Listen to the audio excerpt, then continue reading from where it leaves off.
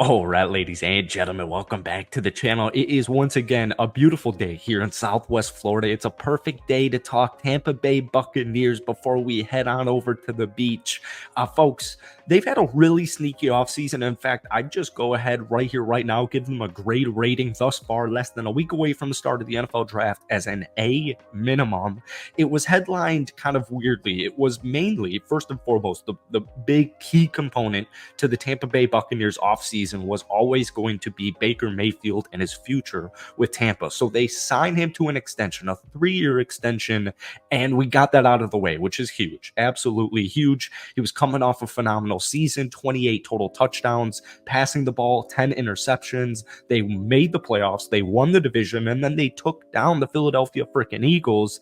And it was more of, that game always rubbed me the wrong way because it was more about the Philadelphia Eagles collapse as opposed to the Tampa Bay Buccaneers actually winning a playoff game when Tom Brady was removed. So Baker Mayfield's back. That's important. But then, the rest of the headlines were mainly the Tampa Bay Buccaneers losses. And while they did have some big losses, like trading away Carlton Davis to the Detroit Lions, they lost Shaquille Barrett, they lost Devin White. They also picked up guys like Randy Gregory and Bryce Hall and Jordan Whitehead. And just in general, I've always thought the last year that Tampa Bay was trending upwards. And it's so funny to me, 1 year ago, like 365 days ago, we were sitting here debating who the starting quarterback was going to be, Baker Mayfield or Kyle Trask. And it's just very refreshing that is not in question as we head into this upcoming season. So welcome back to the channel. It's been way too long since we've made a Buccaneers video.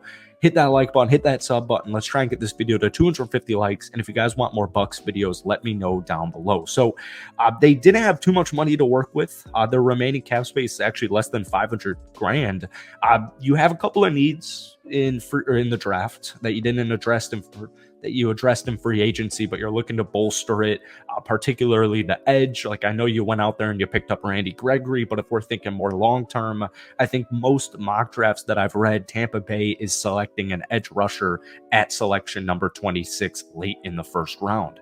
But once again, I just think, losing Dave Canales was definitely big, but I am glad that their hire of Leon Cohen is huge because he worked with Baker Mayfield in Los Angeles with the Rams when he was briefly there, and he looked good there. So I'm just glad that they brought in a familiar, comfortable face to continue to ascend Baker Mayfield's resurgence as the bad boy in the NFL. He's a misfit, and he's right on brand with the Tampa Bay Buccaneers, and I absolutely love it. So I can't wait for Baker Mayfield's upcoming season. One big thing for me is the run game. It just has to be figured out. Once again, Tampa Bay was the worst rushing unit in the National Football League. They averaged only 88.8 rushing yards per game last season. And it's weird because Rachaad White's really solid to me. He had over 500 receiving yards. He had 990 total rushing yards. They're going to address it at some point in the draft. It's most likely going to be later, one of these third-round picks or the fourth-round pick, maybe even the sixth-round pick. But that's one big thing for the new OC is we got to figure out the freaking running game because Rachaad White is so versatile. He's so dynamic. He's the definition of a playmaker. He can run the ball. He can catch the ball. I feel like we've really seen some flashes with him receiving, and I just want it all to come together running game because you have to win in the trenches, and if you can't run the football, you're going to struggle to win past the second playoff game. But it's once again so impressive that they won a playoff game against the Philadelphia freaking Eagles and kept it close and kept it competitive against the Detroit Lions in the second round of the playoffs. You also brought back Mike Evans, which is just it's absurdly massive. Mike Evans, Chris Godwin, I don't know what it was. Maybe it's because Tampa only won 9 football games. But Mike Evans and Chris Godwin's one of the most underrated, somehow. It's one of the most underrated wide receiving duos in the National Football League. Chris Godwin over 1,000 yards once again last season. Mike Evans obviously over 1,000 yards with 1,255. He had 13 total touchdowns.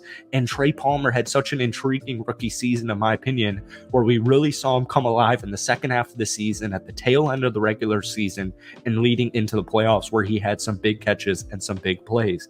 He finished his rookie season 39 catches, 385 yards. But once again, most of that was in the second half of the season. Now, Mike Evans, Chris Godwin, and the reason I'm talking mainly about the offense is because You lost Dave Canales, which is a huge loss, and you need Baker Mayfield to continue to ascend into just becoming a better football player. And he's got a chip on his shoulder, and he's such a great leader. He's such a great mentor. And I just think you want to continue to surround him with as many weapons offensively as humanly possible. So the reason I'm bringing this up is because a lot of the mock drafts I've read within the Tampa Bay Buccaneers reporters and insiders and analysts, they're taking a wide receiver in their second round at pick number 57. And I got to say, even though you do have Mike Evans, you got Chris Godwin, and you had Trey Palmer have an intriguing rookie season, after that, it does get a little bit thin. And I do like the idea of selecting an edge rusher in the first round, a wide receiver in the second round, and then you can take a look at the interior offensive line, the cornerback room, the linebacking room a little bit later on at the draft. Because once again, due to the Carlton Davis trade to the Detroit Lions, you do have an extra third round pick. They're right next to each other. They've got pick number 89 and pick 92 in the third round, so I would not be surprised, especially if you start, factoring in the sixth round pick and the seventh round pick and even future picks, if they do make, a couple of aggressive moves to trade up and get their guy in the third round, whoever those are going to be. So offensively, just need to see that running game get going, because I know what Baker Mayfield can do. I know what he did last season, and I still have Mike Evans, Chris Godwin, Trey Palmer, and most likely a young rookie phenom coming into the offense. Now, defensively, we'll talk mainly defense on our next video. We got kind of rambled on offensively there, so hit that like button for more. Defensively, still got Vita Vea. You Kalijah Kancey coming off a really intriguing season once again. Or not once again, you get what I'm saying. I still have Levante David, and I picked up Randy Gregory. So once again, veteran move. He's going to come in here. He's going to get quarterback hits. He's going to bring in sacks. He's going to bring in pressures. He's going to do everything you signed him up for. But I'm hoping he's got this kind of trickle down effect to our younger players, most notably an incoming edge rusher some point in the draft. Once again, I think it's going to be in the first round.